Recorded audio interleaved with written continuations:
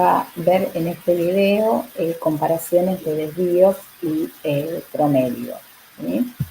Vamos a empezar como siempre a partir de un ejercicio para ver cómo trabajamos esta comparación. Primero vamos a ver de desvíos, ¿sí? Y después para comparar promedios, ¿sí? Vamos a ver dos casos distintos. Dice, en una universidad un profesor sospecha que la variabilidad en el conocimiento de estadística del curso A es mayor a la variabilidad del curso B debido a que ha implementado distintos métodos de enseñanza. O sea, cuando me habla de variabilidad, acá es donde voy a usar, ¿sí? como símbolo el sigma, el desvío. ¿Bien? Entonces me habla de comparar la variabilidad, ¿sí? de las notas del curso A con respecto al curso B, porque lo que sabe es que en el curso A y en el curso B tomó distintos métodos de enseñanza. Entonces, para corroborar los resultados obtenidos, ¿sí? Se tomaron los exámenes de los cursos y sobre una muestra de 30 alumnos del curso A se obtuvo un desvío de 20 puntos. Y sobre una muestra de 25 alumnos del curso B, un desvío de 15 puntos. A la luz de los resultados obtenidos y asumiendo un nivel de significación, ese sería para nosotros nuestro alfa, ¿sí? El 5%, considera que las sospechas son fundadas. ¿Cuáles serían las sospechas que tiene este profesor? Este profesor sospecha que el desvío del curso A es mayor al del curso B. Lo primero que hice en esta filmina fue bajar la información.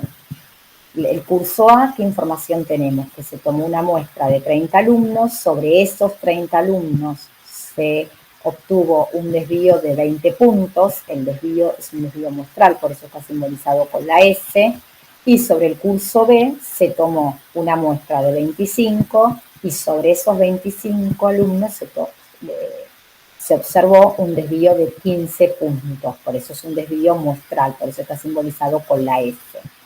Y lo que pretenden estudiar es si la variabilidad del conocimiento del curso A es mayor a la variabilidad del curso B. Entonces, como me habla de variabilidad, uso el sigma, que es un desvío poblacional. Recuerden que en las hipótesis siempre van notaciones poblacionales, ¿sí? El sigma de A mayor al sigma de B. Si eso ocurre, las sospechas son fundadas, o sea, este profesor tiene razón. Si el sigma de A es menor o igual al sigma de B, las sospechas no son fundadas, está bien, y entonces en ese caso este profesor no tendría la razón. Recuerden que la H0 siempre va el igual, nunca lo pueden poner en la H1. Bien, en esta comparación de desvíos, la distribución que se usa, ¿sí? Es la distribución F.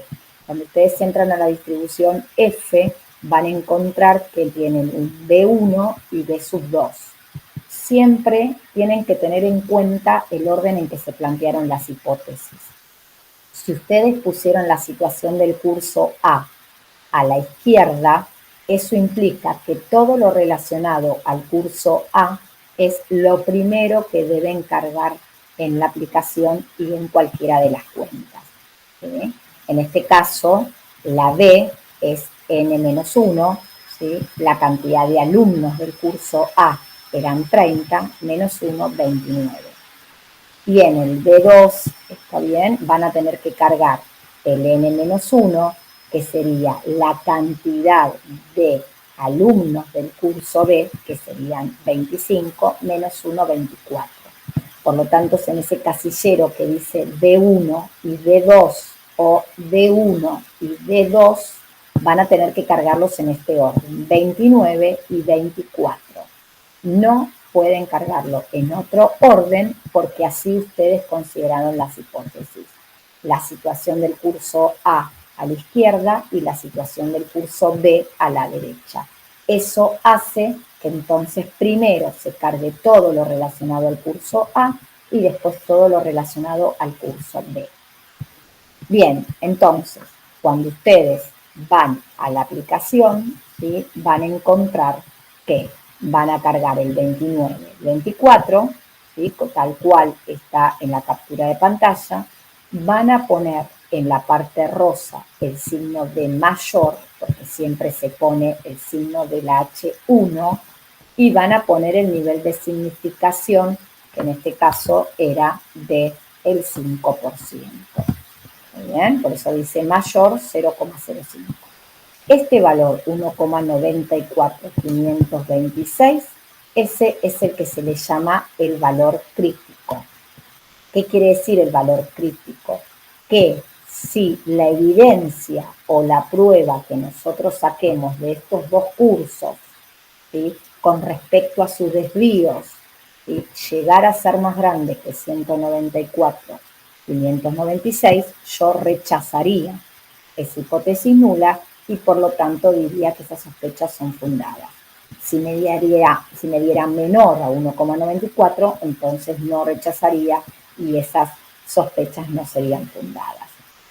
¿Cómo se calcula esa prueba o esa evidencia? ¿Sí? Lo que se hace es tomar información de ambos cursos, ¿sí?, y se hace una cuenta, y esa cuenta es la que tengo que comparar y ver si es mayor a 1,94 o menor. ¿Cuál sería la cuenta? El S1 al cuadrado dividido el S2 al cuadrado. Eso es lo que se llama el F calculado. ¿Está bien? Entonces, ese F calculado, ¿sí?, sería el S1 al cuadrado, o sea, el 20 al cuadrado. ¿Sí? ¿Por qué pongo el 20 primero? Otra vez, porque primero tengo que poner todo lo relacionado al curso A, y el desvío del curso A era 20 al cuadrado. Y todo lo relacionado con el curso B, el segundo era 15 al cuadrado. ¿Está bien? Ese 0 no lo cuenten, 15 al cuadrado. Si hacemos esa cuenta me da 1,78. ¿Está bien? Entonces ese 1,78 cae antes del 1,94. Por lo tanto, como el F calculado es 1,78 y es menor a 1,94, no se rechaza H0, y por lo tanto, si no se rechaza H0, entonces esas sospechas no son fundadas. Bien, eso con respecto a la comparación de desvíos. Vamos a ver este ejercicio que tiene que ver con la comparación de promedios. Dice, el ingeniero a cargo de una planta de envasado de detergente desea saber si existen diferencias en el volumen de llenado de los envases de detergente en dos tipos de máquinas. Los desvíos estándar del volumen de llenado es 0,03 y 0,05. O sea, el cuadro de situación es el siguiente. Yo tengo dos máquinas, quiero evaluar la velocidad de llenado de las dos máquinas y lo que conozco son el desvío poblacional de ambas máquinas. Entonces lo que dice es, voy a tomar una muestra de la primera máquina, que son 15 envases, y sobre esos 15 envases encuentro que con esa máquina 1 el contenido promedio, ¿sí?, de llenado es de 1,03 litros. Y tomo una muestra de 20 envases de la máquina 2 y encuentro que el volumen de llenado promedio, ese contenido promedio, es 0,98 litros. Con un nivel de significación del 5%, lo que nos preguntan es si existen diferencias entre los dos tipos de máquinas en el volumen promedio de llenado. O sea, lo que nos está diciendo es, ¿llenan a igual velocidad o llenan a distinta velocidad? ¿Sí? O sea, que si llenan a igual velocidad la máquina 1 que la máquina 2, ¿sí?, a igual, ese sería H0. Si llena igual la máquina 1 igual a la máquina 2 en cuanto a su volumen promedio de llenado, porque le ponen mu, porque estoy trabajando con el promedio ahora, ¿sí?, los volúmenes promedios no difieren, ¿está bien? Porque son iguales. Y si se llenan a distintas velocidades, o sea que el mu1 sea distinto al mu2, ¿sí?, ese sería el H1, porque el H1 recuerden que no puede llevar el igual, ¿está bien? En este caso sería el distinto. Los volúmenes difieren en cuanto a su volumen promedio de llenado, ¿sí? Entonces, como hicimos antes, bajamos la información de las dos máquinas. Fíjense en que la máquina 1 es la que yo puse a la izquierda y la máquina 2 es la que puse a la derecha. Eso es importante porque para todas las cuentas, primero va a ir la información de la máquina 1 y después la información de la máquina 2. Eso es lo que tengo que tener en cuenta. Entonces, ¿qué tenemos de la máquina 1? Bueno, que el desvío poblacional es 0,03, ¿sí? Este desvío es de 0,03, es el desvío poblacional, ¿está bien? No es el muestral, ¿está bien? Es el poblacional, porque en este primer párrafo nadie me habló de que se tomaba una muestra, ¿sí? La muestra que se tomó de la primera máquina es 15 y el promedio de esa primera máquina era 1,03. De la máquina 2, el desvío poblacional es 0,05, la muestra que se tomó de la máquina 2 es 20 envases y el promedio de esa máquina 2 es de 0,98. Bien, entonces, lo primero que tengo que hacer una vez que yo planteo las hipótesis y bajo los datos es armar la zona de rechazo. ¿Qué pasaría en este caso? Como yo conozco los sigmas, ¿sí? Siempre que el sigma sea conocido, usamos la distribución Z. Bien, entonces, ¿qué pasa? Como nosotros tenemos en H1 el distinto, ¿qué significa el distinto? Que yo voy a tener una parte del rechazo a la derecha y otra parte a la izquierda, ¿sí? Y como el H1 antes venía teniendo el mayor, estaba a la derecha. Si hubiese tenido el menor, estaba a la izquierda. Y como ahora tengo el distinto, eso quiere decir que hay parte de rechazo a los dos lados. Entonces, lo que tengo que buscar es cuáles son estos críticos a partir del cual se va a definir el rechazo. Bueno, estos se buscan con la aplicación, ¿está bien? Entonces, si ustedes van a la aplicación, ¿sí? Van a la aplicación, ¿qué es lo que van a cargar en la aplicación? Van a cargar el nivel de significación, el 5%, en la parte rosa de la normal, ¿está bien? La distribución normal.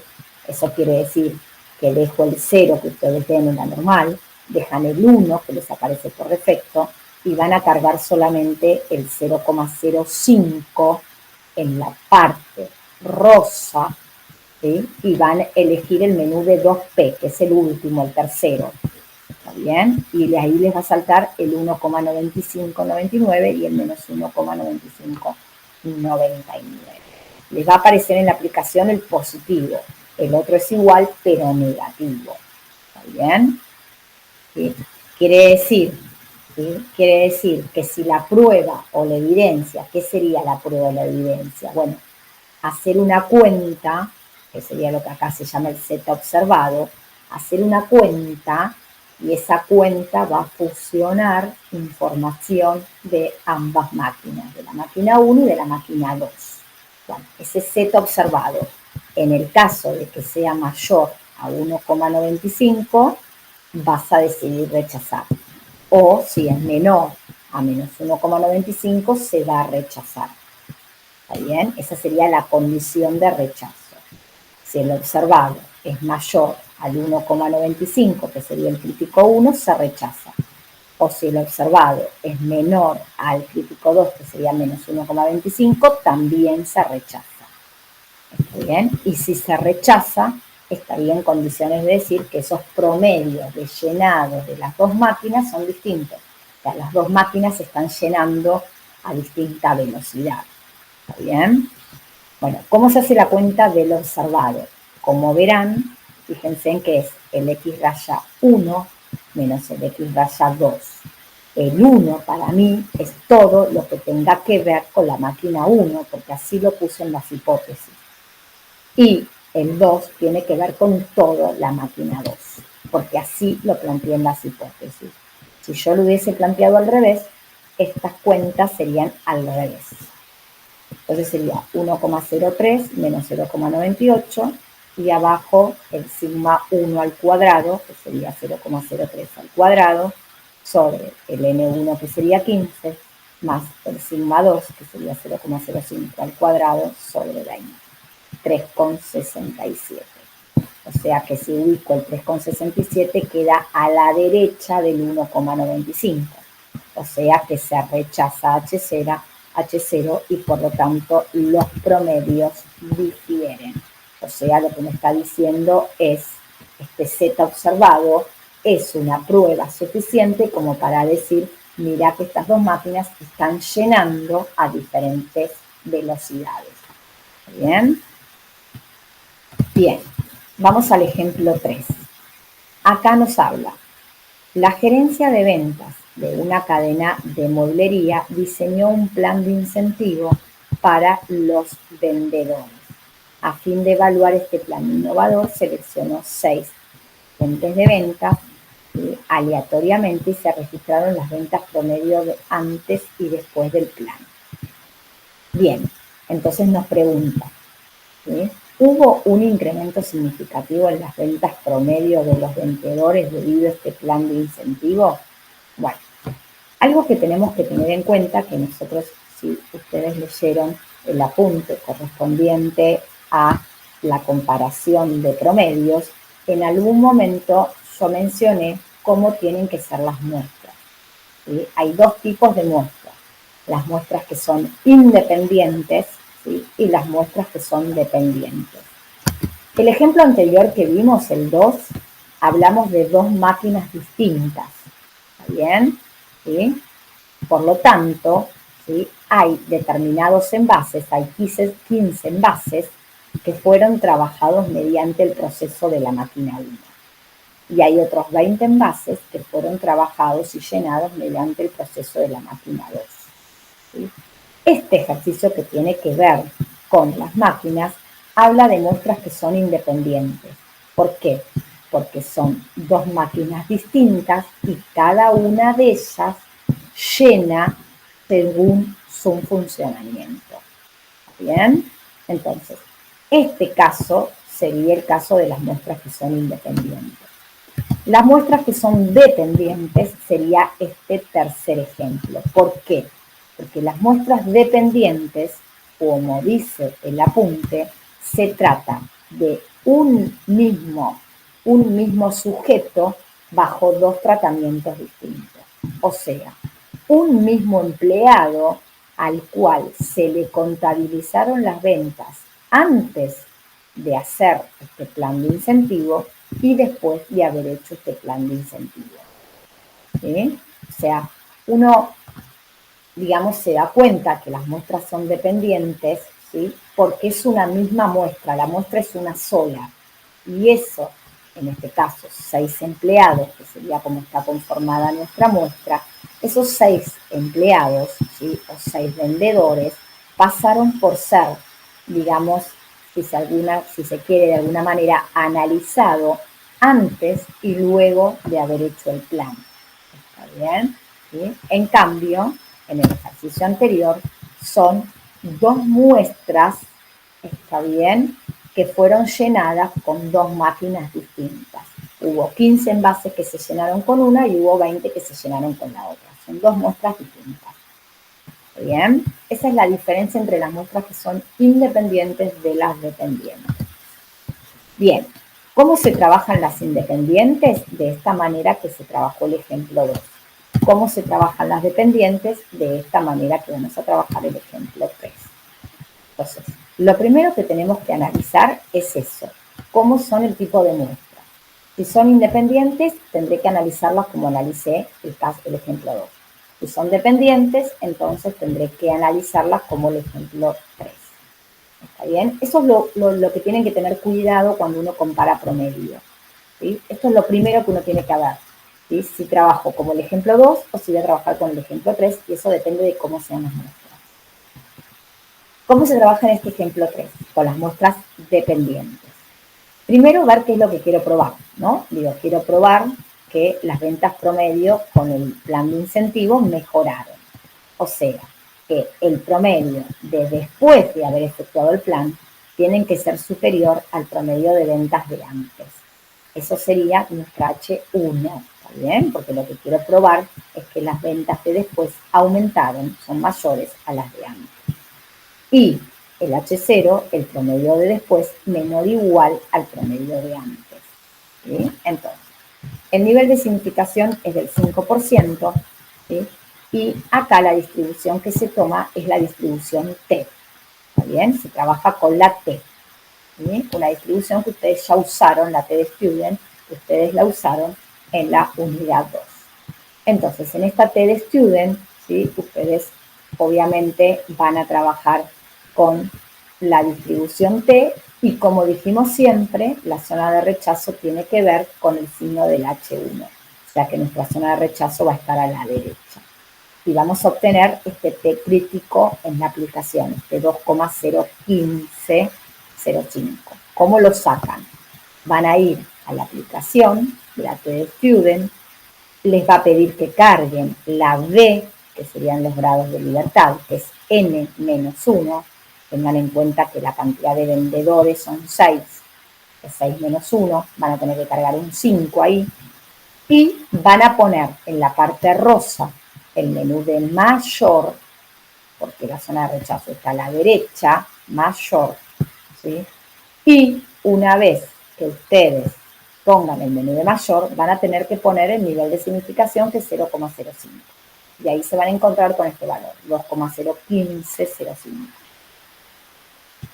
Bien, hasta ahí vamos a buscar el crítico. Después, tenemos que buscar el observado. El T observado, ¿sí?, tiene que ver con esa prueba o esa evidencia que voy a tener que compararla con el crítico.